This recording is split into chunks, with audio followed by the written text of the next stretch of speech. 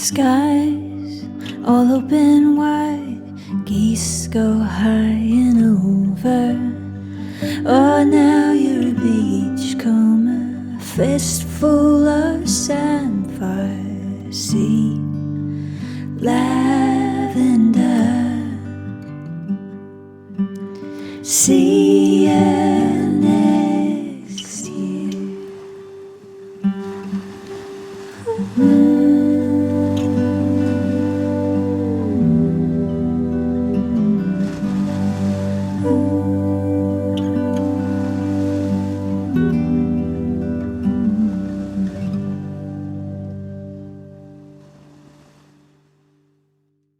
So Chris and I are slightly sheltering because it's very cold outside, but it is seriously beautiful, stunning blue skies and beautiful sunshine, but it's very fresh. So we're being wimps, and we've gone into the White Office where there's a heater, and it just gives us a little bit less shiveriness in our voices. So welcome to Deepdale Podcast. It's March. The world has gone even weirder than we thought it could have done. But we are hoping that 2022 is going to be a great year here at Deepdale, and that we will be having a huge amount of events happening, and the music program's going to restart, and yes, lots of great things are appearing in the diary. So I thought it'd be lovely to chat with Chris, who, of course, as you know, is the muso in our team, and the one that gets very excited about hosting all these amazing artists, and just find out what's going on. So how are you, man? Yeah, good, thank you. I'm good. Crazy world. Crazy world. Very. Who would have thought that difficult. 2 years on from the first sort of COVID cases, the world would get even weirder? Yep, absolutely. You know, I think we're moving obviously into very volatile times, and it's difficult to be thinking that we should be talking about happy stuff and all the great things that we're looking at doing this year.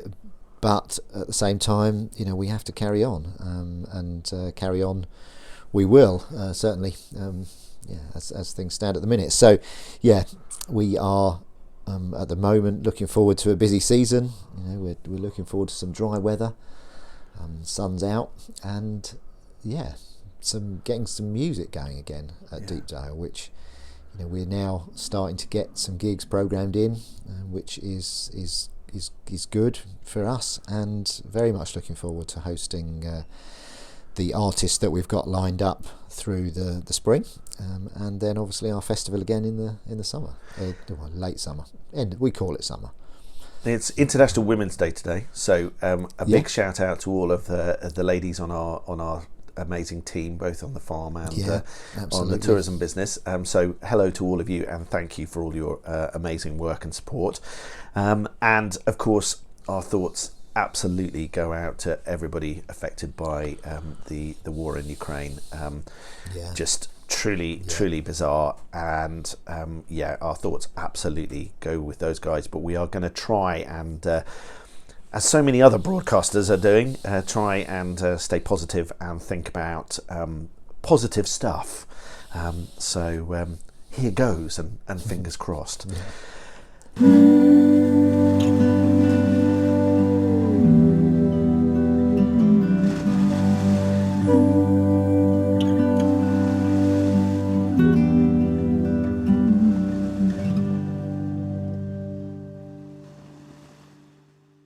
So we've got a date on the 9th of April.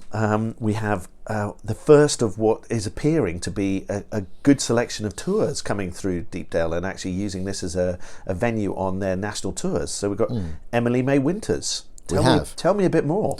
Well, Emily, I saw Emily first, and there will be no surprise when I say this, at Moseley, Moseley Folk Festival, and absolutely, completely and utterly blown away, and thought, I really, really would like her to play at Deepdale, and been trying for a little while, interrupted by COVID, because we had her booked for the 2020 festival that we had to cancel, and then couldn't get her for the 2021. So, fingers crossed, we have Emily booked for the 2022 Music Festival at the end of September, and in the meantime she's doing a spring tour, so we've piggybacked onto a little spare date that there was hanging around, and we are really pleased that she's coming up to us on Saturday the 9th of April for a gig, playing some songs from her really, really great album High Romance, and some new songs as well. So she'll be performing as a duo, and really looking forward to that. Really, really looking forward to that. Her voice is fantastic. The depth and the power, drama she puts in it. Her songs are so good, so good. She's on the borderline between, I think, folk and country, certainly with the High Romance album. I haven't heard any of her brand new stuff, so that'll be a surprise for me too. But yeah, really looking forward to seeing Emily. That'd be great. It's going to be good, and that's going to be a Brick Barn gig, isn't it? It is, so, yeah. We're getting the Brick Barn going as our ongoing music venue prior to the festival, and we should be, fingers crossed, showcasing some great female artists through the spring. So we've got Emily coming, we've also got Katie coming later on, and also we're talking to one of our local female folk talents about coming along a little bit later. That's fantastic. So if you want more information on Emily May Winters, her gig on the 9th of April, then please go to deepdalebackpackers.co.uk/events or /music, doesn't really matter either, or sort of you'll find the information. And tickets are £10 per person. There will be some available on the gate if we haven't sold out, but watch this space. But we highly recommend booking tickets in advance for that. Come along. It'll be primarily seated gig, but I'm sure that it will be a very enjoyable. The team are going to be running a little bar, and we would love to see you. And it's just so lovely to be able to talk about having live music back at Deepdale. I know the festival went really well last year, but it just to have these sort of individual concerts happening here at Deepdale is fantastic, because it feels like a very long time since we had a gig. It is a long time since we had a standalone gig, and it's something that we want to get back doing. Yeah. And want to welcome people in for those evenings. They have a different feel. It's lovely. So yeah, fingers crossed. Fingers crossed.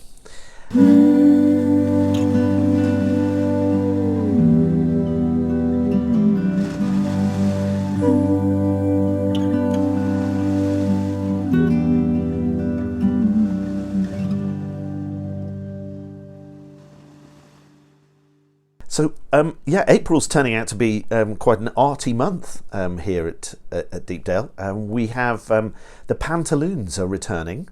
Those of you who have seen them before will know how absolutely hilarious they are. They've managed to find brilliant comedy in the most surreal of stories and classic of stories.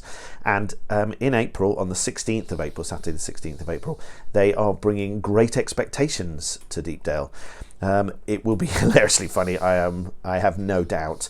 And normally there's a cast of sort of 3 or 4 people who play every different thing, with a change of hat and a change of waistcoat, and and a clear pointing out to the audience that they are a different character due to a moustache or a pipe or whatever else it is. And it is very, very funny. And this is going to be a Brick Barn one rather than an open air theatre show. Great to see the Brick Barn being used again, and we would love to see you for that. It's Saturday the 16th of April. I had hoped that I was going to get Mark from the Pantaloons on the podcast, but I think, despite the fact that he likes prancing around on a stage and writes all these amazing scripts, he is somewhat hesitant to jump onto a microphone. And today, this week, he is in the final stages of production of Great Expectations. So it will be, he felt that was probably more important than jumping onto here. But I would highly recommend coming to see the Pantaloons at any of their shows that they've got with us this year. They are hilariously funny, and it is a really, really entertaining evening. So definitely worth coming to, Saturday the 16th of April. Great. What else should we be looking out for in the diary? What larks? I'm going to just finish with what larks. Okay. What larks? What larks, Pip?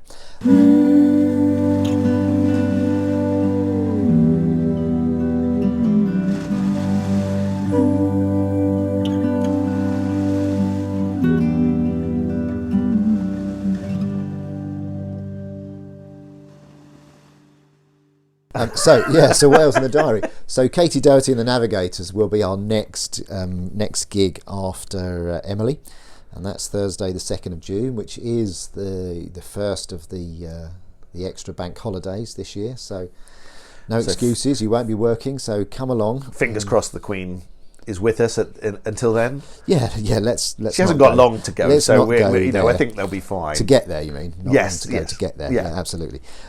Yes. So no, I wasn't wishing her bad. Of course, we wouldn't do that. Definitely not. So yeah, Katie Doherty coming along on the 2nd of June, and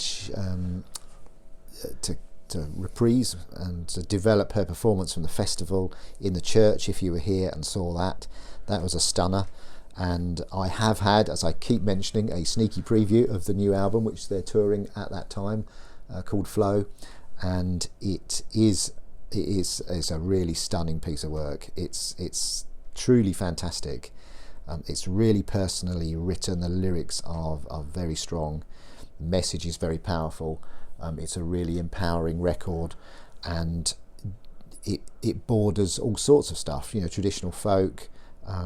More modern folk, and then into it's got some pop anthem-y type themes. I love it. I really love it, and it'd be great to see you here listening to that and seeing them in concert, because they're great. And that's on Thursday the 2nd of June. So that's is the Thursday an actual bank holiday? It is. I'm so confused. Yeah, by the what Thursday and the Friday are the bank holidays. So the 2nd and 3rd of June are special bank holidays, and that's for the Jubilee. Yeah. And Katie is coming on for an interview with me on next month's podcast, so that'll be really great. We've got that lined up, so that'll be a pre-recorded interview for next month, which will be cool. And that'll be another fantastic Brick Barn gig, so definitely worth coming along to that. And you can find all of this stuff on deepdalebackpackers.co.uk/music. It's all listed on there.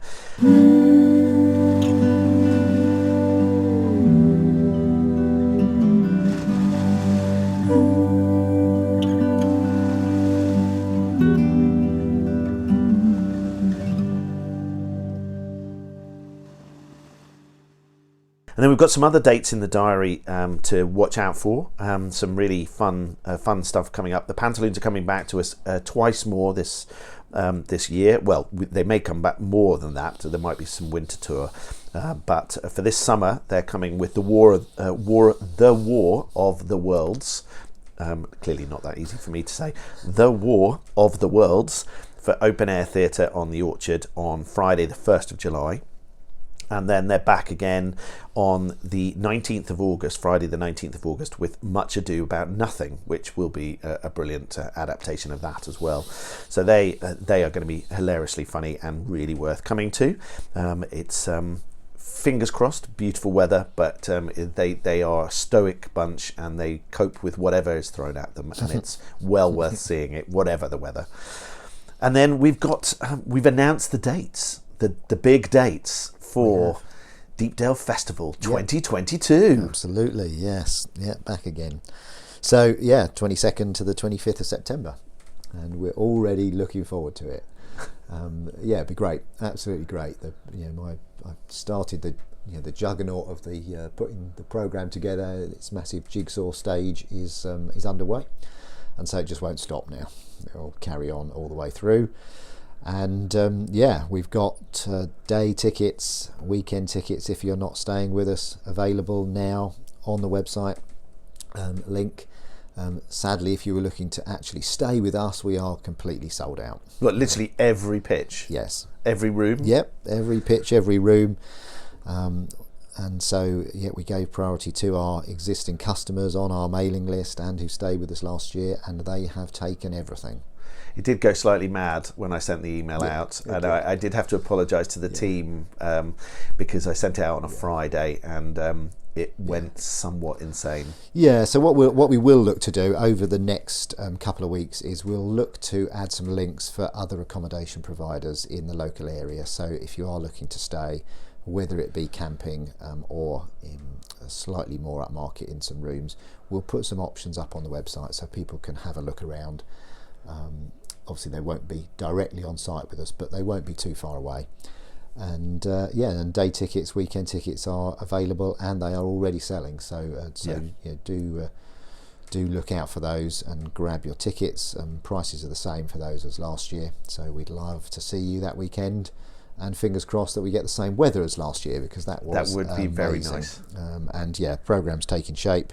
I'm not going to reveal anything at the moment, I'm afraid. We've still got a few fairly sizable irons in the fire, so I'm going to hold fire until I get them. That's very cool. And layout sort of similar to last year, so with the kind of the two stages in the orchard. Yeah, we might have a couple of extra little surprises. We did have a couple of people come back to us and say that there might be just a little bit too much music on, so we've taken that on board and we're looking to put some more on.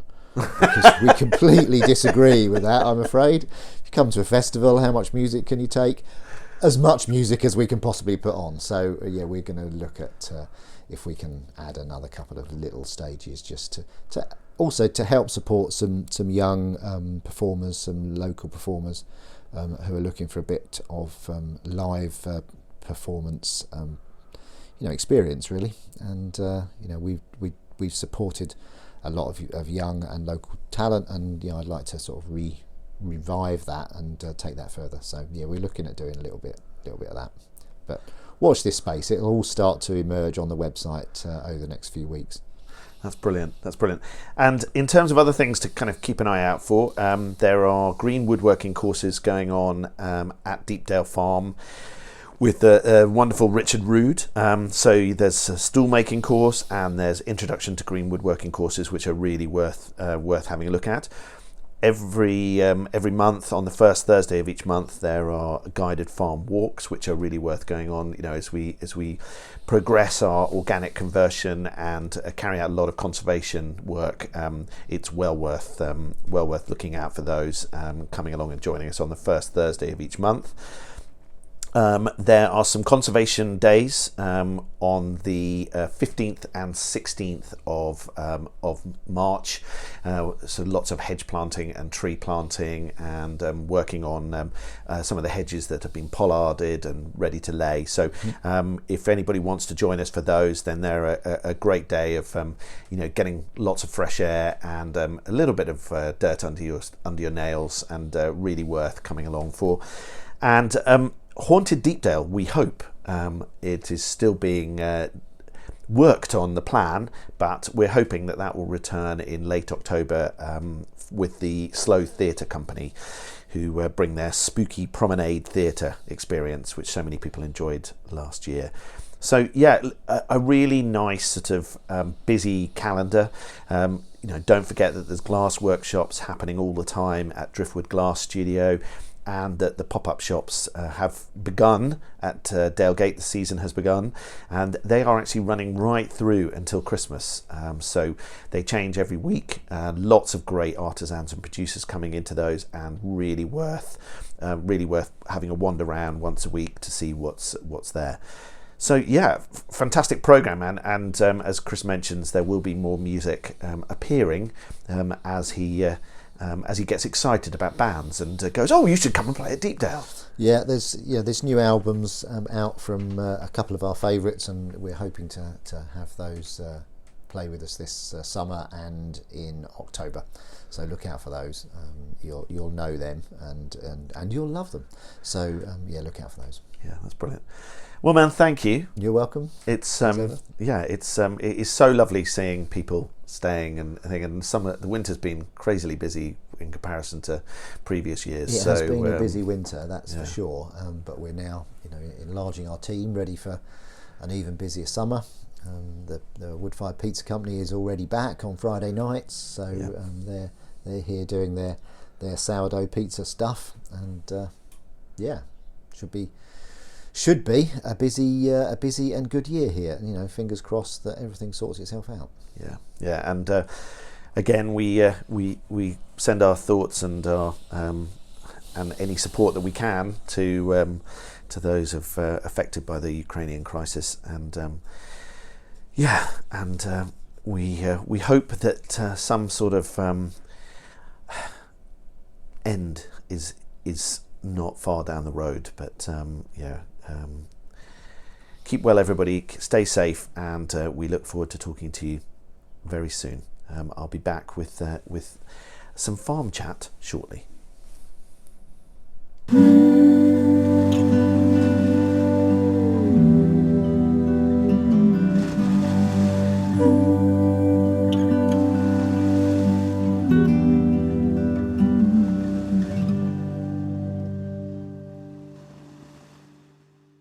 Farm Chat with Nathan and Jason.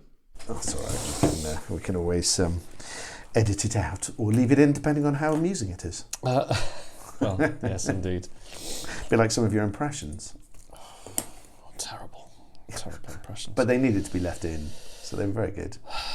I've learned doing the podcast with you that if you say something, it is entirely possible it's going to get left in. Yep. So you just have to be on your guard. In fact, for all I know, you're recording this. I am. You absolute swine. Excellent.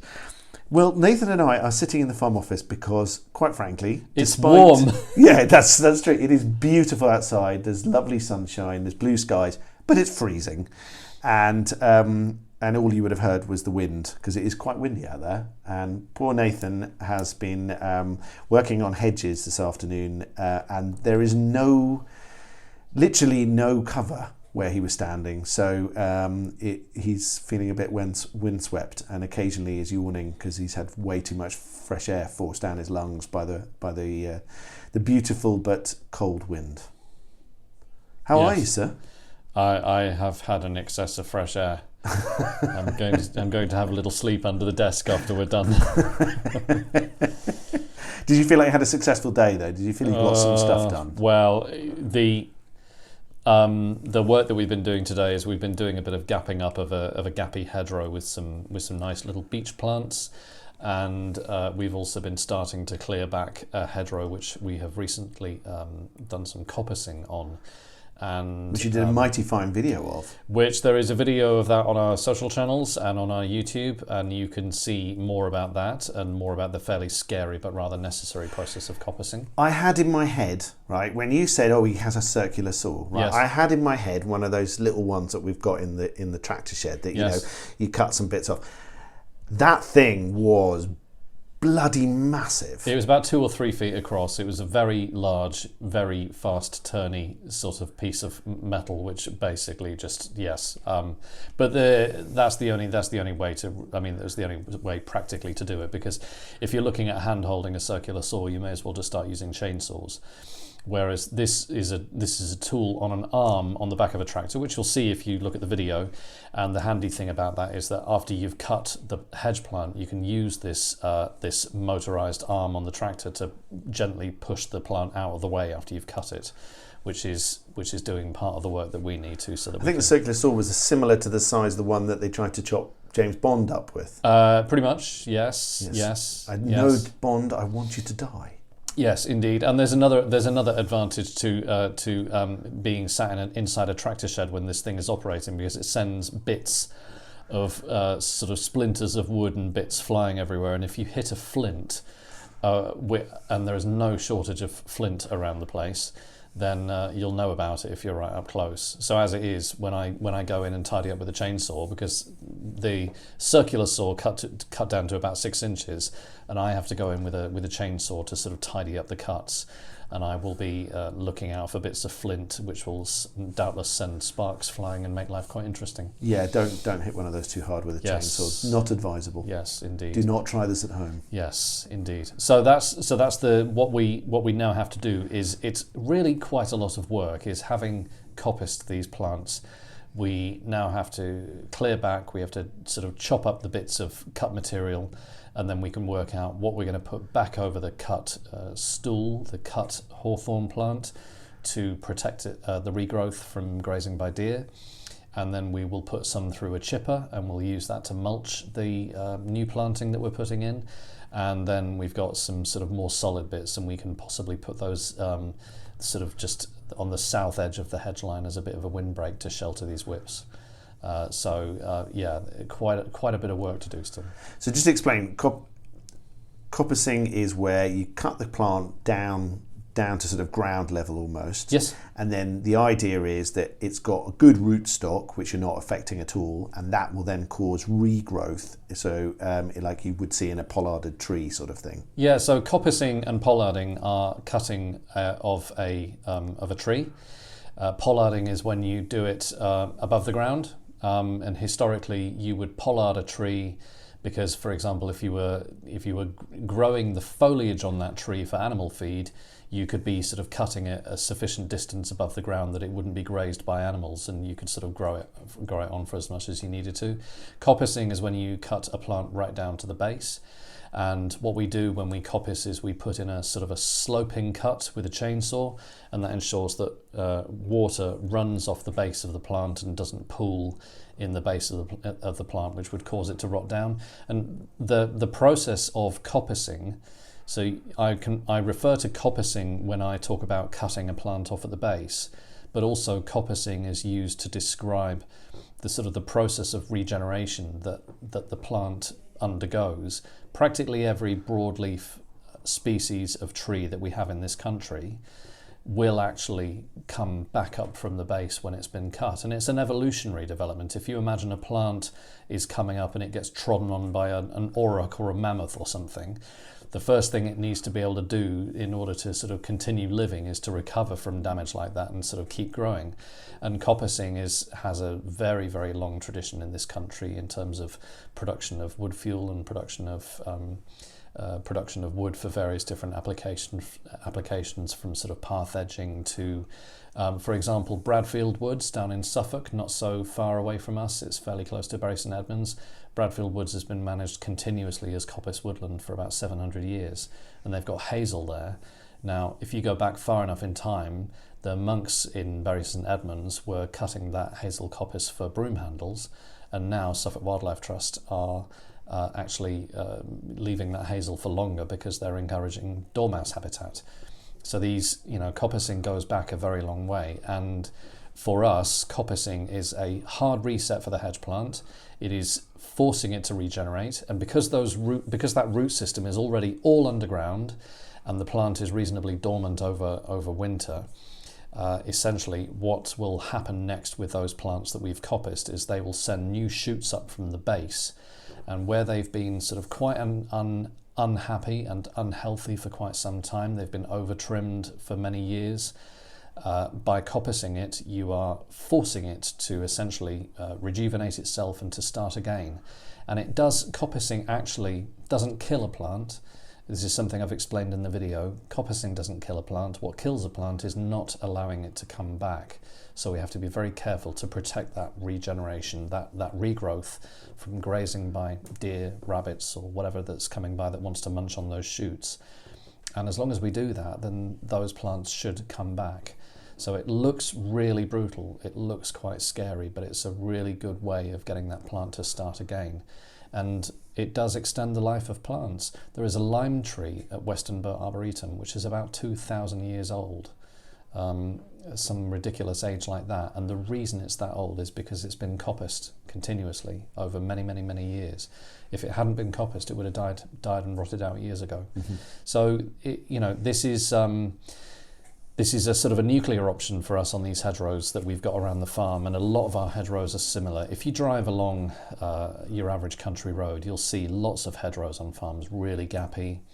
They've got a big sort of bit of canopy at the top. there's lots of holes in between, and that's because plants haven't been managed, they haven't been coppiced, they haven't been laid, and eventually they give up the ghost. They'll either fall over or they'll rot out. And this is one way for us to try and bring those plants back. And in all those gaps that we've got between the plants, we're putting in new hawthorn whips. So hopefully what we'll have before too long is bushy hedgerows, which will start off quite low, but that's the beginning of developing a beautiful new solid hedgerow, which is fantastic habitat and a food source for birds and invertebrates and a great windbreak.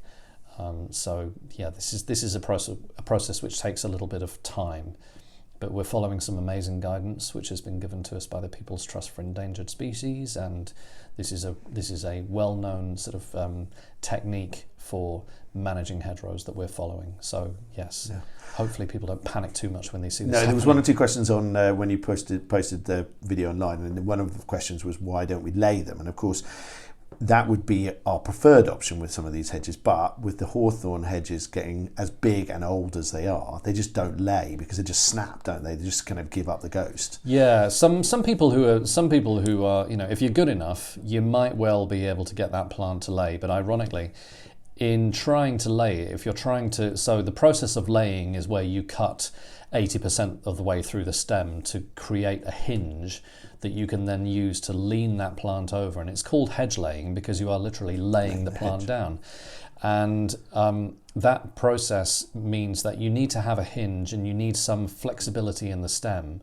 And if we were to try to do that with a plant where this stem at the base is up to a foot thick and fairly tired and half rotten, that it's quite likely that actually we just end up coppicing that plant anyway, because it snaps off and we then just have to sort of start again. And the danger is if you try to lay it and it snaps much lower than you'd want it to, which would mean that then you might get rotting under the ground. Yeah, and if all it's that sort of stuff. yeah, exactly. If it snaps, so there's a thing that happens if you cut a tree down. The tree can split, can open up before you plan on that happening. A lot of the time, when that split happens, it's called a barber chair, because the appearance of that split can look like the back of a chair. And there is a danger that you create a split in the base of the stem, and if you get water and sort of contaminants into that base, that will rot the plant out. It will kill it. So it's really quite a tricky thing, and we will lay where we can. What we're also doing around the farm is we're letting up our hedgerows. We haven't cut them now for the last 2 winters, and that's giving us lots of nice top growth. But because of the way that our hedgerows have been managed for such a long time, they don't actually lend themselves to laying very well. And laying is quite possibly something that we'll look at doing with hedgerows on the farm in maybe 5 to 10 years' time, when they've had some nice upright growth.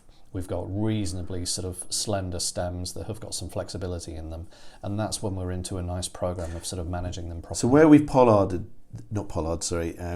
these hedges that we've done now, yes, when they regrow, we could lay them in 10 years' time. Yeah, theoretically. I mean, you know, so hopefully what we have is a sort of a line of growth.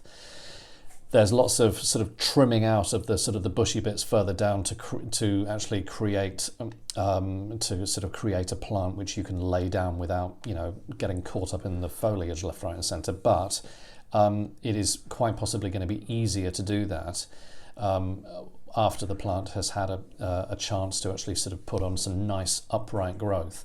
A lot of our hawthorn hedgerow plants, and this is again something you'll see on a lot of hedgerows around farmland in Norfolk and elsewhere, they look like a sort of a mushroom almost, because they've grown up, and then as the plants either side of them have rotted out and died, they try and compensate by creating canopy, and they've been cut to the same height. And if you try and bend that over, it's not necessarily going to work very well. So yeah, you know, laying's a lovely thing to be able to do, but coppicing is arguably, for a lot of our hedgerows, is a better solution for us to be using. The key point being that you know, we don't want to be killing off our hedgerows. We're actually doing this to try and restore them. Yeah, we're not grubbing them out or anything. What we're trying to do is encourage regrowth. Yeah. Yeah, absolutely. Yeah, absolutely. Yeah, that's cool.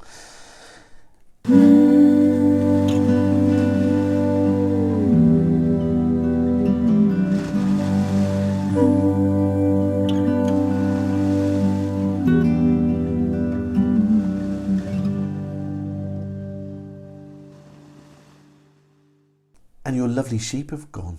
Yeah, the sheep have gone, 36 ewes. They have headed off the farm. They've gone off. They're going to be lambing any time now. They did a beautiful job of grazing off a winter cover crop. They've left the field nice and clean.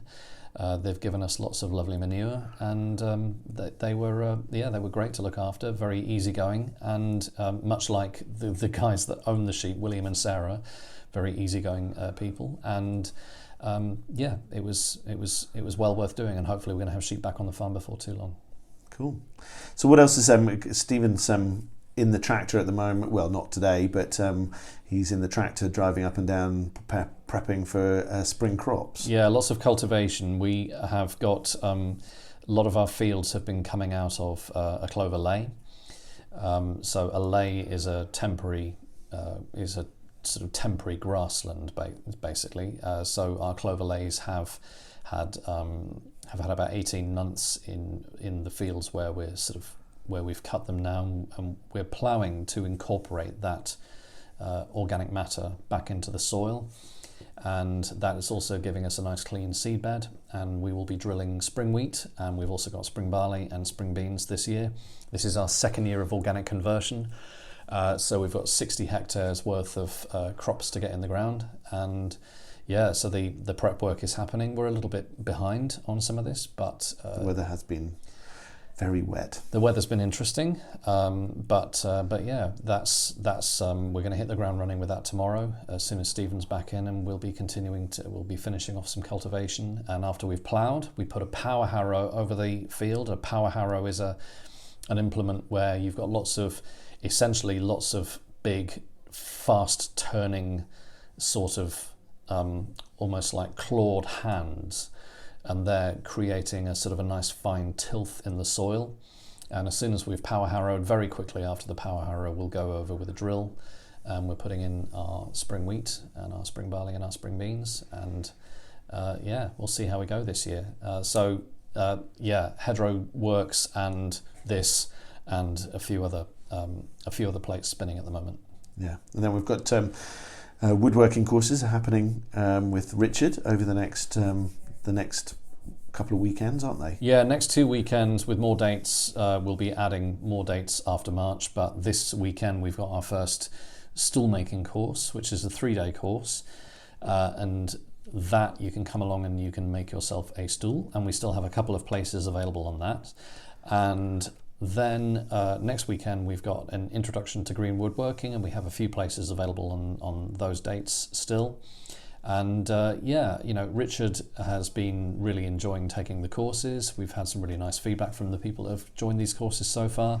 Very nice, relaxed atmosphere, lots of sort of looks of concentration on people's faces. The whole pole lathing thing, getting that to work requires some concentration, but it's that lovely form of concentration where you can be a bit zen and sort of just focused but also relaxed. So that's quite a nice one. Yeah, it's not particularly stressful, but you do have to concentrate, and so it's really nice. You can kind of forget about everything else. If you need to de-stress from work and stuff, pole lathing is a great way of doing it, because you've kind of got to get your coordination right, you've got to get thinking right, and so you kind of full focus, but without having to really stress your brain, and it's a great way of zenning out, as you say. Yes, relaxed and engaged at the same time, and Richard is a very calm and reassuring presence. Yes. So he's a bit like a sort of a Yoda of green woodworking, who's very very pleasant chap to work around. So yes, that's the next couple of weekends, and hopefully we'll be carrying on after that, and hopefully at some point before too long we'll move those courses up to Downs Barn, which we're finishing up work on now to get that ready. Yeah, that's going to be exciting. It'd be lovely to have that sort of centre of rural crafts. It'd be great. Yeah, and I know other people are getting in touch about running different courses and stuff like that. So it's going to be great to see that program developing. Yes, indeed, be really good. So anything else that's going on? It's not like there's nothing going on, but just anything else that you wanted to mention? No, we've got lots of other irons in the fire. There's a lot to be getting on with at the moment. The second we're done with spring cropping, We will be doing some early cuts of our clover lays to encourage the clover to come up during the year. We've got some more wildflowers and other bits and pieces to establish. There's plenty to be getting on with. We have got our conservation volunteering sessions that we'll be putting up dates for that, and sometimes the dates will the day of the week will change slightly. So next week I'm looking for volunteers to come in on Tuesday and Wednesday to help with hedgerow works. But that's the 15th and 16th of March. Yeah, so there's so anybody who wants to come along for one of those, there's lots and lots of work. So just come with a can-do attitude, and we'll keep you busy. And then hopefully we'll have further opportunities for people to come along, and some quite interesting things happening hopefully this year, which will include things looking for invertebrates on the farm and doing various other bits and pieces. So yeah, there's more to come still. So the 15th and 16th, that's primarily about hedging and tree planting, isn't it? Yeah, lots of hedging, lots of tree planting. I've got lots of hedgerow plants that need to go in the ground. Planting a hedgerow plant is reasonably straightforward, but you still need to do it properly. But it's really satisfying when you get a whole row of them done. It very, is really, very really satisfying. Got about 3,000 plants that need to go in the ground, and any that haven't gone in the ground by the time they start sprouting, and they've already started, they're going to have to sit in a trench, and they'll have to basically cool their boots until next winter, and we'll carry on with hedgerow works. But there's plenty to get on with, certainly Tuesday, Wednesday next week. Yeah, cool. I'm hoping to avoid any Zoom meetings and get some hedge planting done. That's my plan. Best laid plans and all that sort of stuff, but that's my hope. Hedge planting is a great antidote to Zoom meetings. It is very good. It's the antithesis, whatever that word is. The opposite. That's the word. Yeah, I should have just gone for the easy option rather than the complicated one, yes, which I can't pronounce or remember. Yes. Yes. There we go. Well, man, thank you very much for chatting with me. Welcome. And it is really nice to see a fuller diary. Chris has been chatting to me prior to this. We've been going through all of the music events and theatre events and stuff, and it's just to see a what's on calendar actually developing for Deepdale for this year is lovely. After a couple of rather interrupted years, it's really rather nice to see so many things in the diary. Indeed, we're in no danger of being bored. Yes. No, that is very true. Yes. Well, thank you, man, and keep enjoying the blue skies and lovely sunshine. But just remember, stay warm. I'm very happy to be out of the wind for the time being. So yes. Yeah. Cheers, man. Thank you.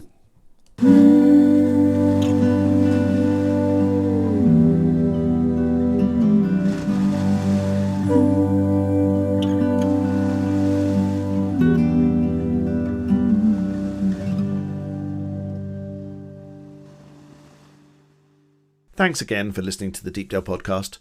We hope you enjoy the listen, so much so that you might tell your friends and family to take a listen.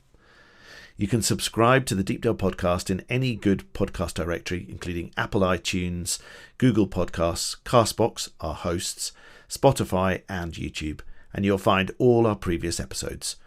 We always love to hear your thoughts and suggestions, so please do drop us an email to podcast@deepdalefarm.co.uk. Keep well, and we look forward to seeing you on the beautiful North Norfolk coast sometime soon.